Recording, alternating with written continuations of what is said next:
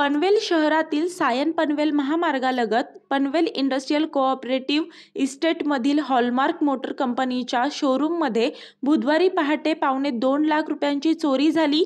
चोरट्यांनी शोरूममध्ये शिरून laptop, mobile phone आणि रोख रक्कम चोरी केली आहे।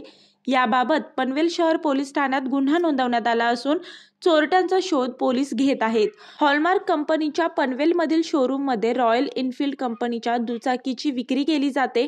मंगळवारी रात्री ते बुधवारी पहाटेपर्यंत शोरूमच्या मागील बाजूकडून जिन्याच्या प्रवेशद्वाराचे कुलूप तोडून चोरट्यांनी शोरूममध्ये प्रवेश केला। चोरट्यांनी रोख रकमेसह 2 मोबाईल फोन आणि शोरूमच्या मागील बाजूस दुचाकीचे दुरुस्तीचे काम करण्याच्या ठिकाणाहून रोकड देखील लंपास केली आहे। मी वर्षा काटेकर, योद्धा न्यूज, नवी मुंबई।